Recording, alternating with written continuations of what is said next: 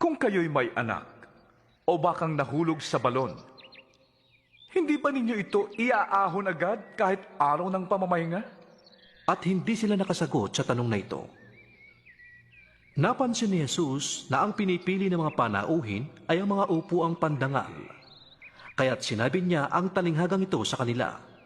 Kapag inanyayahan ka sa isang kasalan, huwag ka agad uupo sa upuang pandangal. Baka may inanyayahang mas marangal kaysa sayo.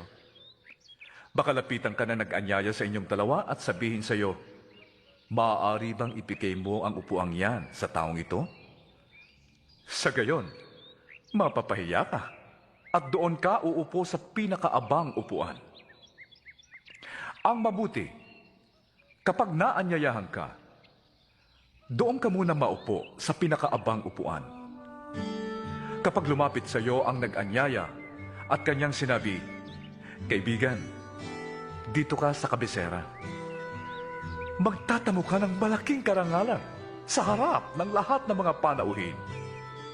Sapagkat ang nagpapakataas ay ibababa at ang nagpapakababa ay itataas.